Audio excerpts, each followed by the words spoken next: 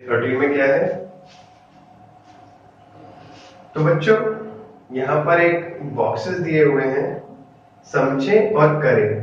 देखो बच्चों, जो इन्होंने पहला एग्जांपल आपको दिया है बहुत इजी है, कोई दिक्कत नहीं है बच्चों। जितने देखिए पहले वाले में स्टार बने हुए हैं, समझें और हल करें। जितनी बार लिखे हुए हैं, देखिए स्टार कितनी बार बने हैं? दो स्टार कितनी बार बने हैं? 3 बार। तो वो नंबर आगे लिखना है और जितने स्टार बने हैं वो नंबर पीछे उसके गुना में लिखना है। आंसर हो जाएगा बच्चों। अब देखिए क्वेश्चन नंबर 1 जो है, क्वेश्चन नंबर 1 है, उसके अंदर हमें बॉल्स दी गई हैं। ठीक है, 7 बॉल्स। ठीक है, तो पहले बॉक्स का आंसर जो आप लिखेंगे, पहला क्वेश्चन जो है, पहले बॉल का आंसर, जिसमें 1 2 3 4 5 4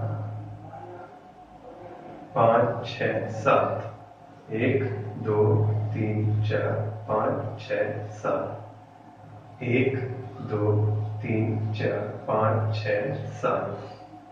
ठीक है बच्चों, 1 2 3 4 5 6 7, 4 जोड़ियां बनी हुई हैं। इनके आगे बने हैं बॉक्सेस और इनके आगे लिखना है आंसर। तो बच्चों ये देखिए कितनी लाइंस है, 1 2 3 1 2 3 4, 4 लाइंस है। तो हम यहाँ पर 4 लिख देंगे। और हर लाइन में कितने गोले हैं? 1 2 3 4 5 6 7, हर गोले में 7 है। तो बच्चों 4 सत्ते 28। ठीक है बच्चों, क्वेश्चन नंबर 2। क्वेश्चन नंबर 2 में बॉक्सेस बनाए हुए हैं 5 5। उसकी कितनी लाइंस है? 5 लाइंस। ठीक है बच्चों, 5 लाइंस बनी हुई हैं। देखिए 1 2 3 4 5, 5 बॉक्सेस हैं लाइन में। 1 2 3 4 5, 1 2 3 4 5, 1 2 3 4 5। ठीक है बच्चों, यहाँ पर 2 बॉक्सेस बनाएंगे हम। गुना में एक और बॉक्स बराबर। अब देखो बच्चों कितनी लाइन है? 1 2, 1 line 2 line 3 line 4 line, 4 line है। और हर लाइन में कितने बॉक्सेस हैं? 1 2 3 4 5, हर लाइन में 5 बॉक्सेस है। तो यहाँ पर 5 लिख देंगे। 4 पंजे 20, 4 5 20। ठीक है, थर्ड क्वेश्चन हम करते हैं। थर्ड क्वेश्चन है बच्चों, ट्राइंगल बने हुए हैं।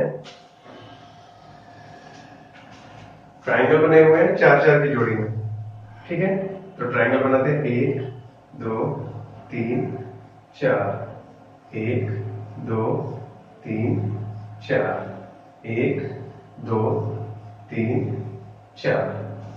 बच्चों यहां पर आपको क्या लिखना होगा?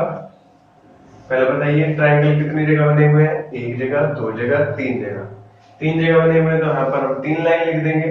और हर लाइन में कितने ट्राइंगल्स हैं, कितने त्रिभुज हैं? 4। तो 3 चौक 12, 3 चौक 12 बच्चों। ठीक है, आप इसे उतार लीजिए, फिर हम क्वेश्चन नंबर 4 करेंगे। स्क्रीनशॉट लेना है, स्क्रीनशॉट ले लीजिए, या आप वीडियो को पॉज भी कर सकते हैं। ठीक है बच्चों,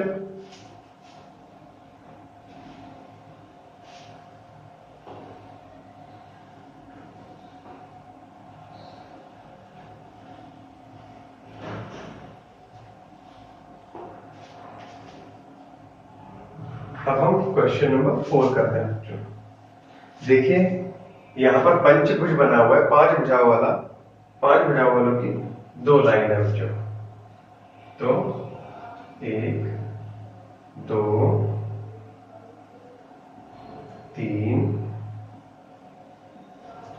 4 5 6 7, 1 2 3 4 5 6 7। ठीक है बच्चों, इसके दो बॉक्स में क्या लिखा जाएगा? एक डब्बा, फिर दूसरा बॉक्स और तीसरा। कितनी लाइन है यहाँ पर? एक लाइन और ये दो लाइन। दो लाइन है और हर लाइन में कितने पंचे बचे बच्चों? 1 2 3 4 5 6 7। 7 है तो 2 सत्ते 14। ठीक है बच्चों, 2 सत्ते 14। तो पांचवे में हम देखते हैं बच्चों क्या है। पांचवा है, उसके अंदर एक आकृति, ये आकृतियां दी गई हैं, उसको हम कैसे लिखेंगे? कितनी आकृतियां? ग्लास बने हुए हैं, ग्लास है बच्चों। 7 6 और 8 8 गिलास बनाए हुए हैं। गिलास बनाएंगे बच्चों, 3 3 की जोड़ी में है गिलास। 1 2 3, 1 2 3, फिर 1 2। ठीक है, फिर बनाएंगे 1 2 3, 1 2 3, 1 2, 1 2 3, 1 2 3, 1 2। ठीक है बच्चों, बॉक्स बनाते हैं। बॉक्स बना दिया है बच्चों। तो कितनी लाइन देखो गिनो? 1 2 3, 3 लाइनें हैं। ठीक है, इसके बाद गुना करेंगे किससे? 1 2 3 4 5 6 7 8। 8 से गुना करेंगे बच्चों, तो क्या आएगा? 3 अट्ठे 24, 3 8 24। ठीक है, 3 8 24 बच्चों। ठीक है, तो ये हमारा क्वेश्चन नंबर पहला था जो कंप्लीट हो गया है। अब हम क्वेश्चन नंबर 2 करेंगे। जल्दी से बता लीजिए बच्चों। क्वेश्चन नंबर 2 हमारा वर्ड प्रॉब्लम है बच्चों। वर्ड प्रॉब्लम्स को वर्ड प्रॉब्लम की तरह सॉल्व किया जा सकता है। ये नहीं कि आप नंबर खाली प्लस या माइनस कर दें। अगर आप अकेले नंबर या खाली नंबर लिखकर आप प्लस माइनस मल्टीप्लाई डिवाइड कर देते हैं वर्ड प्रॉब्लम्स वाले सवालों में, तो आपका वो जवाब सही तरीके से आपको पूरे मार्क्स नहीं मिलेंगे उसमें बच्चों। ठीक है, इसलिए हमें उसमें लिखना भी पड़ता है। ठीक है, देखिए, एक पेंसिल की कीमत 7 रुपए है, बताएं ऐसी 4 पेंसिलों की कीमत क्या होगी? एक पेंसिल 7 रुपए की है तो 4 पेंसिल कितने रुपए की है होंगी? तो सिंपल सी बात है बच्चों, इसमें गुना होगी, क्योंकि एक पेंसिल का रेट 7 रुपए है, तो फिर 7 रुपए की एक पेंसिल, फिर 7 रुपए की एक पेंसिल। जब एक डिजिट बार बार रिपीट होता है किसी चीज का, तो वहां पर गुना होती है।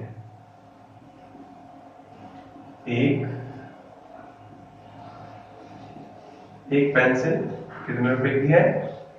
7 रुपए। 4 पेंसिल, 4 पेंसिल कितने होंगे गुना में? 4। गुना करेंगे 4 सत्ते 28 रुपए। आखिर में आप जवाब देंगे 4 पेंसिल 28 रुपीस की होंगी। ठीक है बच्चों, क्वेश्चन नंबर 3। एक टोकरी में आम है, एक टोकरी में आम है, बताएं ऐसी 5 टोकरियों में कुल कितने आम होंगे? एक टोकरी में 9 आम है, एक टोकरी है बच्चों, उसमें 9 आम है। तो ऐसे ही अब एक टोकरी में 9 आम, 2 टोकरी में 9 आम, 3 टोकरी में 9 आम, 4 टोकरी में 9, ऐसे ही 5 टोकरियां हैं। अब सेम नंबर बार बार रिपीट हो रहा है। जब सेम नंबर बार बार रिपीट होता है तो बच्चों हम वहां पर गुना करते हैं। हम क्या लिखेंगे? एक टोकरी में आम। एक टोकरी में कितने आम है बच्चों? 9। ठीक है, कुल टोकरी है, कुल टोकरी कितनी है? कुल टोकरी है 5। तो यहां पर भी गुना होगा, 9 पंजे 45, 5 नीम, 5 का पहाड़ा 9 बार बोलेंगे, 5 नीम 45 बच्चों। तो आप लिखेंगे 5 टोकरियों में 45 आम होंगे। 5 टोकरियों में 45 आम होंगे। ठीक है बच्चों, तो अगला करते हैं क्वेश्चन नंबर 4। क्वेश्चन नंबर 4 में क्या है बच्चों? एक बेंच पर यदि 2 बच्चे बैठते हैं, जैसे आप अपनी क्लास में बैठते हैं, एक बेंच पर 2 भी बैठते हैं, 3 पर भी बैठते हैं, 3 भी बैठते हैं, ठीक है, तो वैसे वो जो डेस्क होती है हमारी क्लास में बच्चों, वो 2 बच्चों के लिए होती है। कम से कम आप 2 बच्चे आराम से उस पर बैठ सकते हैं, पर जब बच्चे ज्यादा होते हैं तो हम 3 भी बिठा देते हैं। ठीक है, तो एक बेंच पर 2 बच्चे बैठते हैं, तो बताएं कि ऐसे ही 9 बेंच पर कितने बच्चे बैठेंगे? एक बेंच, तो हम करेंगे 1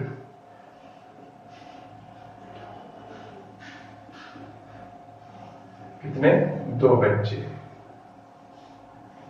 ठीक है, कुल बेंच, कुल बेंच कितनी बताई है? 9। ठीक है, तो इसमें भी गुना होंगे बच्चों, हर बेंच पे एक बेंच पे 2 बच्चे, एक बेंच पे 2 बच्चे, एक बेंच पे 2 बच्चे, एक ही नंबर बार बार रिपीट हो रहा है, तो वहां पर क्या करते हैं? गुना। 9 दूनी 18, तो आंसर लिखेंगे 18 बच्चे बैठेंगे। 18 बच्चे बैठेंगे।